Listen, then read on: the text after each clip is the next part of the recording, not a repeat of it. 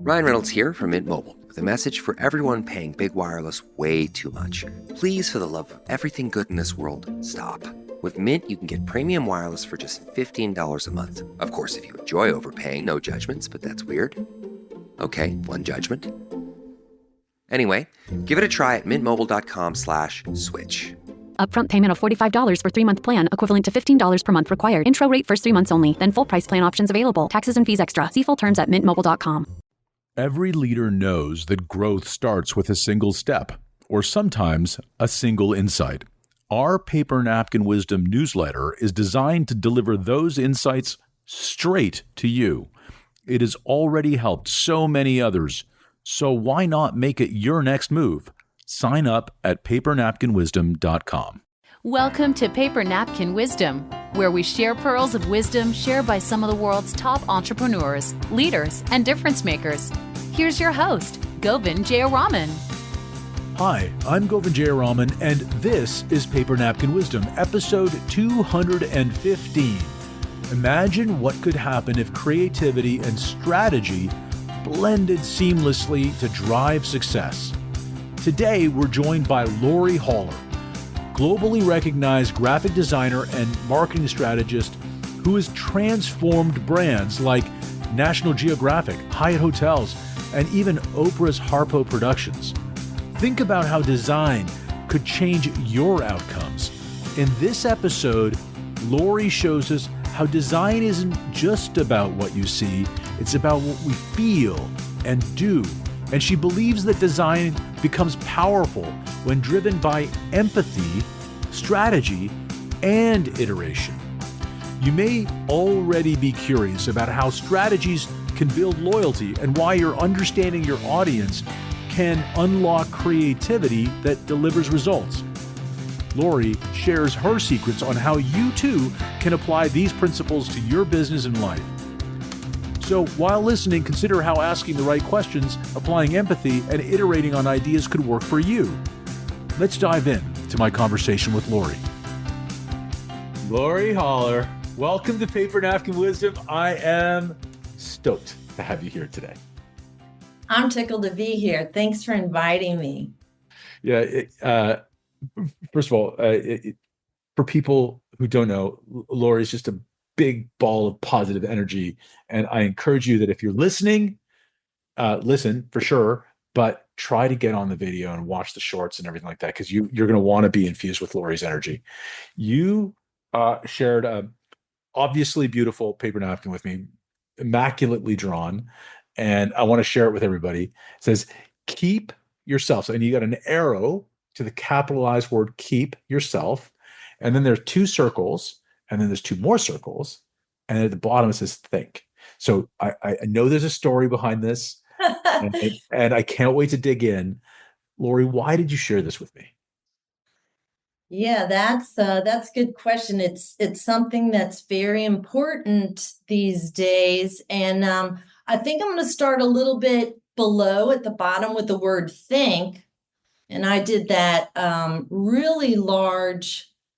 And that is what is really missing today with so many people I work with. So I'm in charge of designing for response, getting a response either from a website, copy, design, a look, a website, a sales funnel, maybe getting a response or getting action from a company growth and profitability. So I meet with people and do coaching calls to try to assist them, with whatever their needs are. And for quite some time now, I've noticed that stopping and thinking is missing. So a quick example of that is, a copywriter or copy team just having a really difficult time nailing a killer headline that's going to rake in the profits, and maximize retention and company growth and so forth. And when we sit and get together and I, work with them and kind of share these circles that we'll talk about, just like in seconds, they explode with ideas. It's like a fire hose. And, at the end of the call, we'll come up with 10 hot new headlines. So thinking is missing. And what it kind of boils down to, just for me, what I've seen, and I work globally, so it's not just people, next door to me or whatever, and all levels of people, is that no one ever gave this to me, this little treat or gift. Not many people have given themselves the opportunity to keep themselves. And you and I kind of talked about that. So what that means is caring for yourself and your time, whether it's your time with family or friends or at work, what you do, and allowing yourself to either limit your time or maximize your time, or put yourself way in or stay out here. So with those little circles, it's like a Venn diagram. You have two circles, and it's kind of you and then the other people or family or many people. You have the ability to put them closer together, so you're giving so much of yourself, or so far apart where they're just barely overlapping, just giving this amount of yourself, or even making them, you might see my two littler circles where they're not touching at all. So the moment you allow yourself like that freedom of saying, like, this doesn't work for me, or this amount of me isn't going to work, and giving yourself the chance all day, every day, to be rested, well-fed, nourished, exercise, so you can show up and be the best person that you can be. I find once people start or incorporating that into their lives or their business, there's a huge change. So therefore, there's more awareness, more thinking, they're wide open, and it's just a beautiful thing that I can watch happen. That's amazing. So you touched on a lot of things, right? You talked about thinking and how it's missing from people that you work with. And then we went to keeping yourself. And I think this idea of keeping yourself is comes from thinking, is from what I'm hearing you say, right? You have to think and be yourself. But I think it's really, do you find in a design world, in a place where you're creating creative design in the world to get response, a lot of people are just putting a big gigantic funnel out there, and they want to design a response for everybody, right? They want to get a maximum response.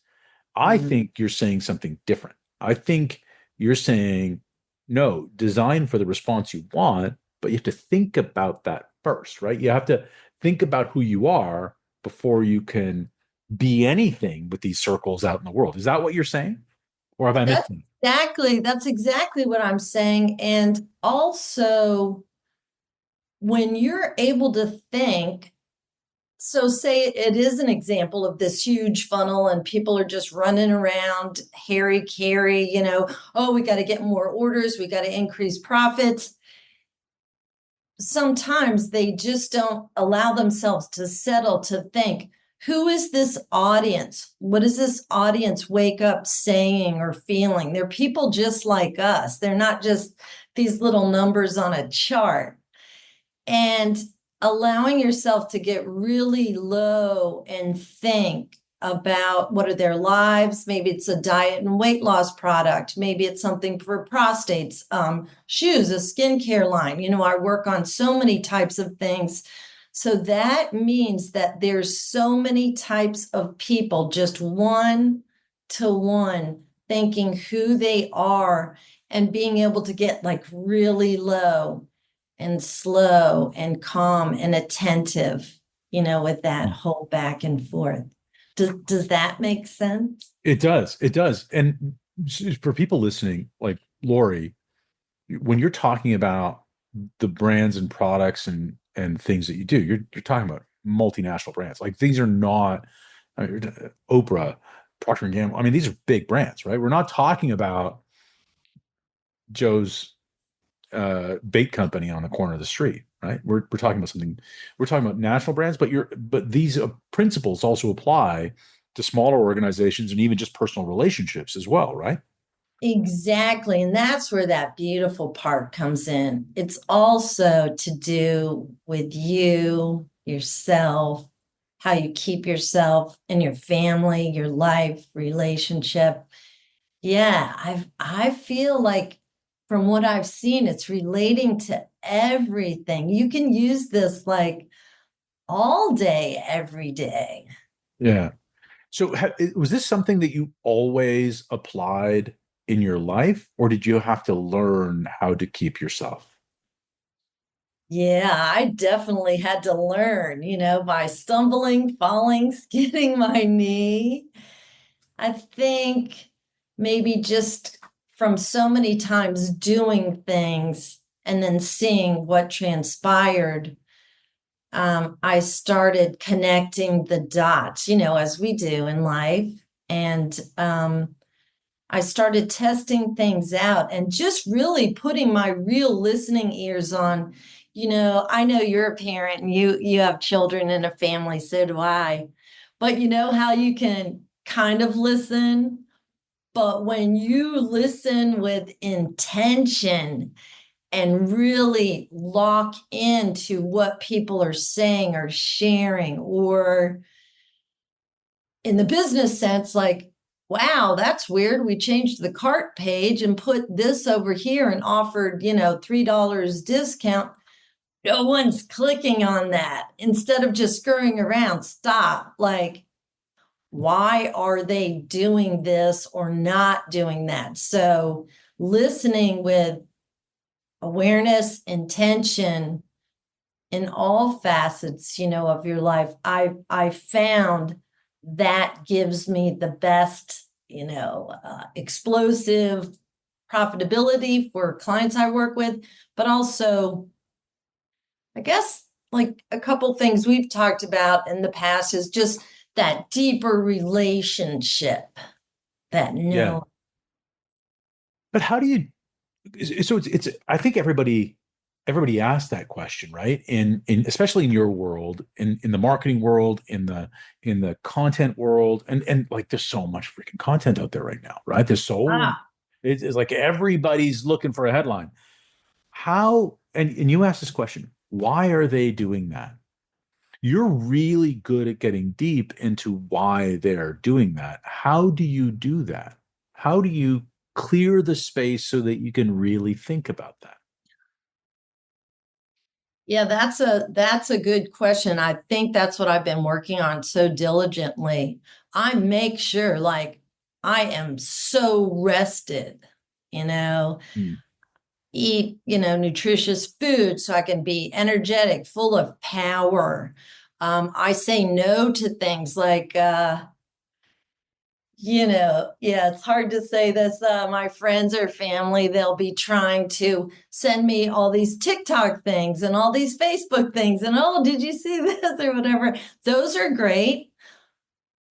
Lori, yeah. So I know how to shut off everything else. I am kind of in that mode right now for maybe 5 months with a fairly large account and really trying to flip things, the website, the look, the feel, new sales pages, everything. And,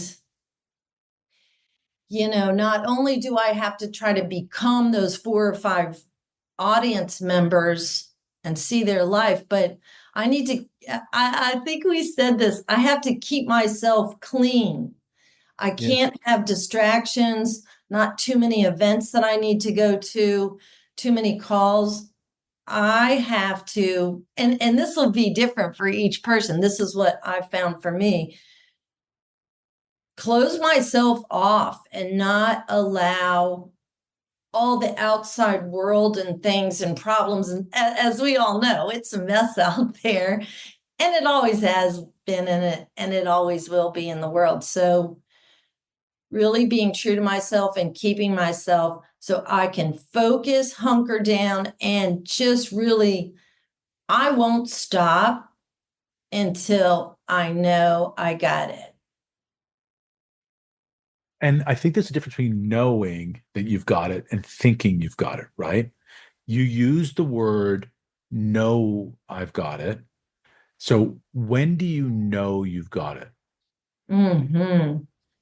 I know I got it because I have studied, I have researched, I look, I go to the store, I go online, I download things. Even if I'm not in charge of, say, that copy or the headline, I never just let things be. I ask myself questions like, will this resonate? What are the analytics? Let me have the paperwork. I gotta, I'm not gonna just take things that everybody says, oh no, I think we tried that a few years ago. I don't care. I'm going to mark off all the X's. And maybe now that I'm saying this out loud, this could be true for anybody, in any business. You're a CEO, maybe you're trying to accomplish something, you're just getting started in a new company or business, maybe you're just out of college and it's your first job. Like, I go hard all day, every day, and I'm not going to stop until there's that feeling that bubbles up that I'm like, yes, yeah, Yeah, you that's you awesome. got So did you let's go back to I mean, now you've got this as a process. You do this repeatedly. it. What about the first time? Like what right? Like, do you remember the first time that you got it and how that was different than the other times? And then you knew to recognize what that was like? Yeah, I believe that's a really good question. Kind of like how I started out, at the beginning of our time together today. People just don't give you this gift of, your parents don't know to give you this gift. Even your college professors or people in high school or, anyone you meet, they don't know sometimes themselves even that here it is, you have these choices. It's just sitting right there next to you. And you can either go hard and unturn every single stone and, rely on knowledge and statistics, or you can just kind of dial it in. And I guess you have to decide who you want to be. And boy, I want to show up. I'm in for the game. This is my passion, So I think once I saw that a change could happen, um, then I kept it. It felt so good. You get addicted to that feeling and you want it again and again. And I love helping people. You know what? Maybe that's part of it. Like, not only am I helping my clients and the company that's hired me, but by golly, some of these products, they're helping millions of people either lose that extra weight, get your skincare under control, eat, a healthy mix every morning so your digestive system is proper. I get such a great charge out of knowing that I am helping people along the way. Yeah. So you talked, just love your energy, Lori. You said people don't give you this gift the first time, right? People don't know to give you this gift. And you sort of change direction a little bit on the conversation, but what gift are you talking about? What is the gift? Yeah, that gift that it's okay to say, this does not work for me. You know, I need more time on this project, and that's what I associate with keeping myself, being true to myself. There's something happened many years ago that was big for me. It was scary for me to do, and I was taking a chance. But you know what? I decided I was worth it, and this client was worth it. It was a client maybe at that point for 8 years. I'm lucky to have clients that have been on for like 20 years. And they hired me to book some time to do a test on this winner that had been winning for a long while, but it was a fairly big test. And I'm like, oh yeah, count me in. And then when it got that day, when I was going to get the information, we were going to have our meeting. Oh, they're running way behind. Instead of them being able to give me, this time, the time that I knew it normally took for me to do this level of cracking things wide open, because I don't just wing it. The time was like very tight, like this. And I, right when I read the email, I was like, there's no way I can just wing it like all the other people might do. That's not going to give me the glory time that I demand, that I have seen work in the past. And it took a lot of courage. It's making me sweaty thinking of this. I'm like, I'm out. I cannot, it's not that I can guarantee that you're going to get a huge landslide winner every time, but,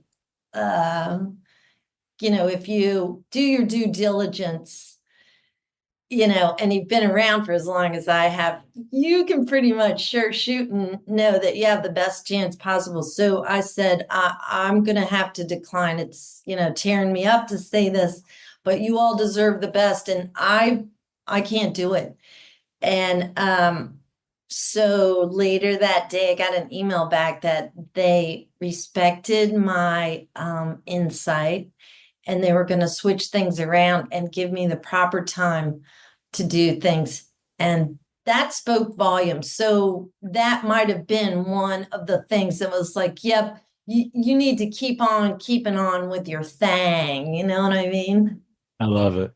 And that's what you mean by keeping yourself. That the gift that you're talking about is the gift to say what you're asking for, I can't do in that amount of time, or with that set of rules, or with that set of resources.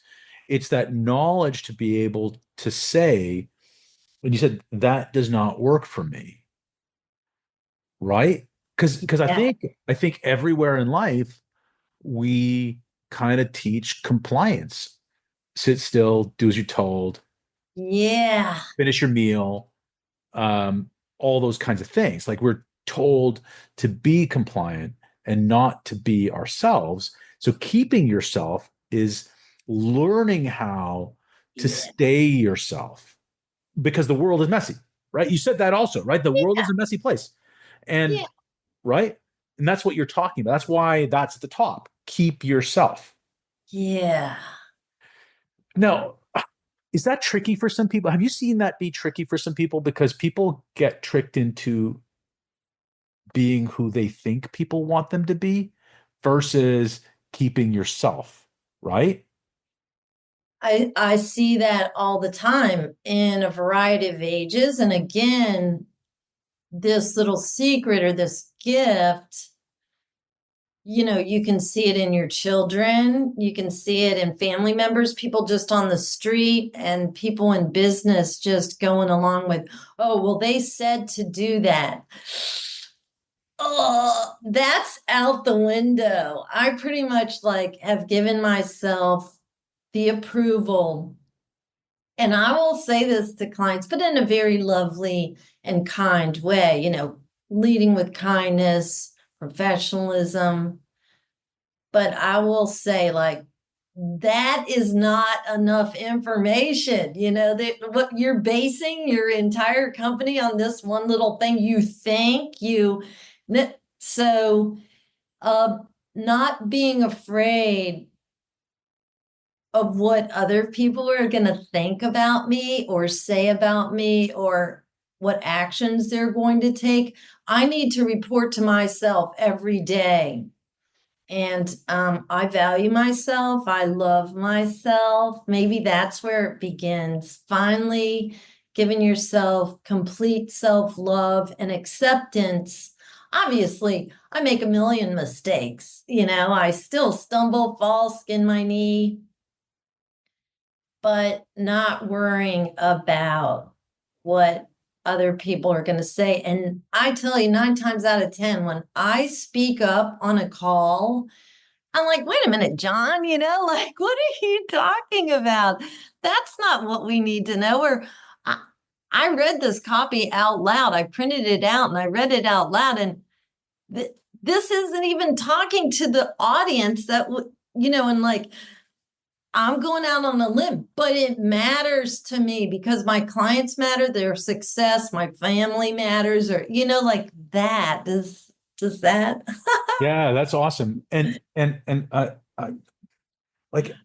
so amazing to me. Like we're talking about, okay, so you're talking about your expertise as design response, right? So your company and you help your clients design beautiful things to get a response. It's not so I love even the name design response. It's designed to respond because it doesn't matter how pretty something is if it just sits up on a shelf, right? It's Right. designed to get a response. Yeah. Design response. But you're talking about loving yourself and keeping yourself and being true to yourself. And I think what people are missing is this opportunity that if you bring yourself to something, you have the opportunity to make a difference, make an impact. Once you lose track of that, if you're not bringing yourself, then what are you bringing? Yeah. Right? There you go. That's exactly it. So it's like being true to yourself. Yeah, honoring yourself. And also, I mean, even saying like, I don't understand that. I don't know how to do that. I'm not afraid to do that. I don't know how to do that. Let's get a guru. I know how to do a lot of things. I'm confident in myself. I don't do that. So you're absolutely right. Just like being true and honest, and it really can dip into all areas of your day and your life, or from what I've found. Now, one of the things that I think is people are going to be hearing is saying, "Oh, so you've got to be cautious about everything." You are not cautious. No. You are not cautious. Like so, if you're foolish enough and silly enough, you're going to be foolish and silly. If I mean, if you look, if you're watching the video and you're looking around, Laura, everything is intentional around you, right? You've got this beautiful space around you. Everything's Mm, intentional, but you are not reserved about who you are. no. Right? So keeping yourself doesn't mean keeping yourself on a shelf in a room no, you're keeping yourself and you're out there right away. Mm, yeah. Way Why? out there. Why do you do that? Yeah. I just want to show up as my real me. But isn't Uh, that risky? Like, isn't that like, aren't people going to say to you, "Oh, Lori, that's not very professional." oh. What would you say to that? What would you say to somebody saying, Lori, that's not very professional, the way you're doing something. Mhm. Let's see. Well, I would say, wow, let me hear more about that. I want to know and understand and be clear on how you might do it or how you might come to the table. I do think you're onto something here. Some people, my energy and excitement and love for life and people and, helping others, that scares them. Right? Yeah. Yeah. And so sometimes I'll even have a talk with people, where I will want to be clear that I'm not loosey goosey, I'm just, I'm not going to hold back, whether it's you and I just having a friendship, your family and my family, or in business, people and things and business, what I do, it matters to me. I am showing up and I want you to know how much I care about you and what we're doing. I'm not just going to be, of course, John, yes, let me see that. Like, let me get back to you. Like that's, I can't do that. I want it to be known that I'm here and I'm going to take care of this problem. That's amazing. So your emails are, I love them. I've told you about this. I love your emails. Like your emails are fantastic, but you've got like highlighting, different size different fonts, all caps. It's like, so again, that's not for everybody, right? Like It is I not. guarantee you've heard from people saying, Lori, you shouldn't be shouting in your emails.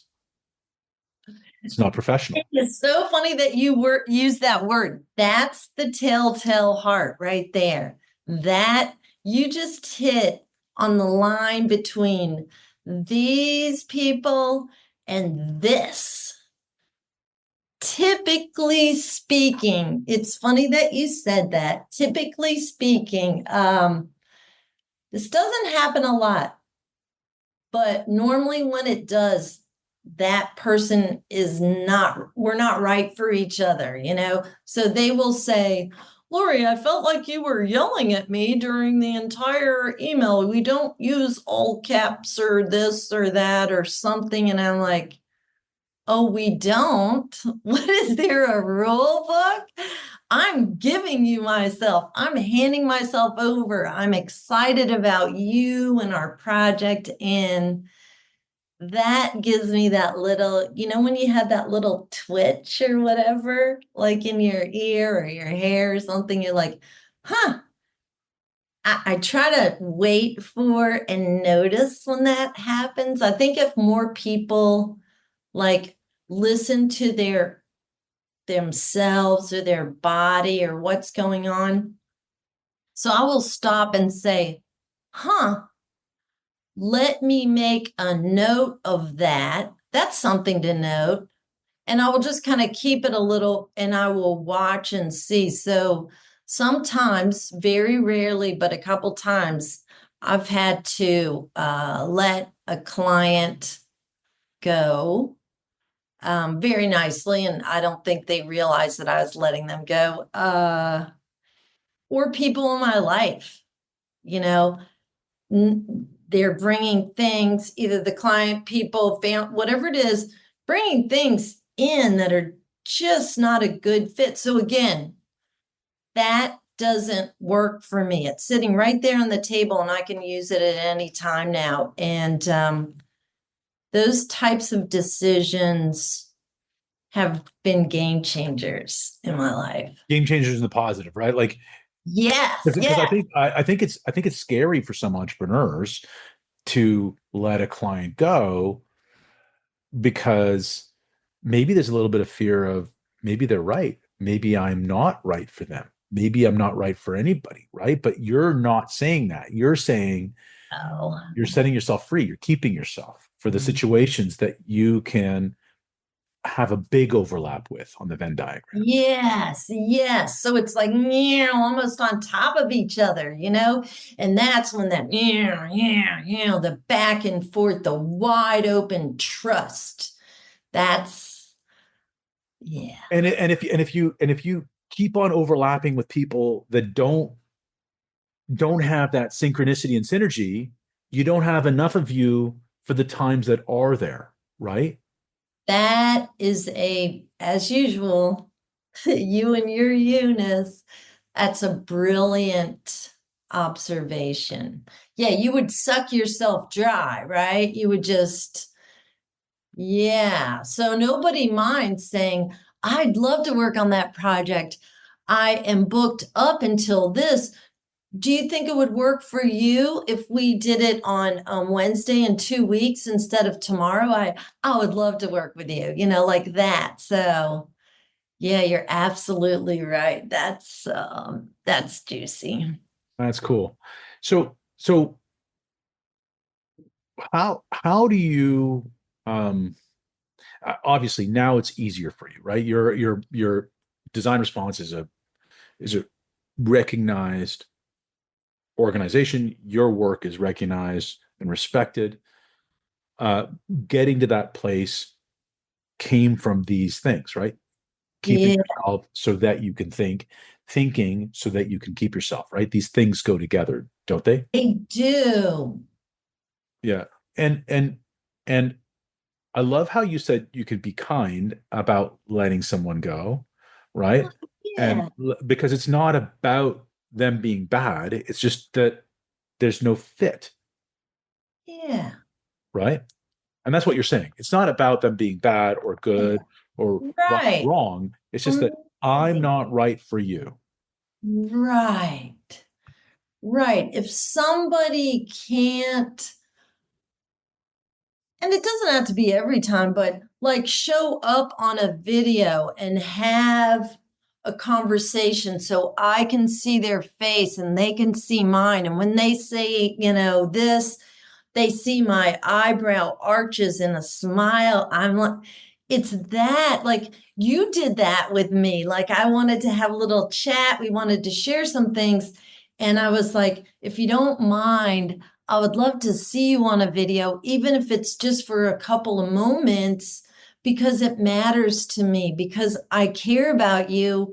And it's this back and forth since we can't sit down next to each other. So, yeah, so all it means if you have to let anyone go, in your life is it's not about so much them or, that they're bad or anything. It's just that maybe, at that point, maybe later in life, that it's just not going to be that beautiful, delicious, juicy fit that's kind of required in business and also in life and friendships, that's Yeah. all that means. Like I lead with my heart, Yeah. yeah. Does that mean that everybody should lead with their heart, or are you just saying that that's right for you? That's what I have found is right for me. I'm not sure that that's right for everybody. I don't know. What that is a good question. What do you I think kindness and love, being able to forgive and being a good listener, it's all those words seem like together in like one big ball of sunshine. They might have to do with your heart and giving. Can you do that if you don't love yourself first, though? Can you do any of those things if you're not spending time keeping yourself and thinking? Yeah, that's a great point. If you don't start with love for yourself, true love, unconditional, like, is Lori always gonna choose the right thing? No. Is Lori gonna, is it okay? Of course, I'm gonna make millions of mistakes. I have and I will. I'm sure I'm gonna make some today. Uh, is that okay? Yeah. Do I know everything? No. Yeah, and I'm wide open to be wrong, to learn, to listen, and then try to apply it. Yeah, Yeah. I love that. I think that one of the things I love most about every conversation that I've ever had with you is that are you are in love with being you, not like not from an ego perspective, but you love who you are and you just love being, and the love of being is contagious and lovely, and I applaud you for that. And that's the design response. I think you get a response favorably or unfavorably, but you get a response by being yourself. And every other response is inauthentic. Every response, when you're being yourself, when you're keeping yourself, and you're thinking about mindfully where you are, is wholesome and true, and it's real. And I just appreciate that about you, Lori. Thank you for sharing this with me. That's very thoughtful of you to say. And I hope some of these little shares or even some of the silliness, rubs off on somebody and maybe gives them a different day. Yeah, I know it will. Thank you so much. Thank you for tuning in to Paper Napkin Wisdom episode 215. Imagine what could be possible if you applied just one piece of wisdom from today's episode. A huge thank you to Lori Haller for guiding us through the transformative power of design, a power that goes beyond visuals and into solving problems, driving strategy, and creating emotional connections. What problems could you solve by focusing on purpose-driven design? Consider how understanding your audience could change your outcomes. What if you embraced iteration as a part of your success process? How could merging imagination and business goals drive better results for you? What story does your brand need to tell to build stronger connections? Think about which of these resonates most. Now imagine the ripple effect of taking one small action today to apply it. If you gained value from today's episode, be sure to subscribe and leave a review. Share this episode with someone who needs to hear Lori's wisdom. And before you go, grab a napkin, jot down your biggest insight, and share it on social media using the hashtag #PaperNapkinWisdom, because when you act, even small ideas can lead to massive results. Thanks again for listening. Make it a great day.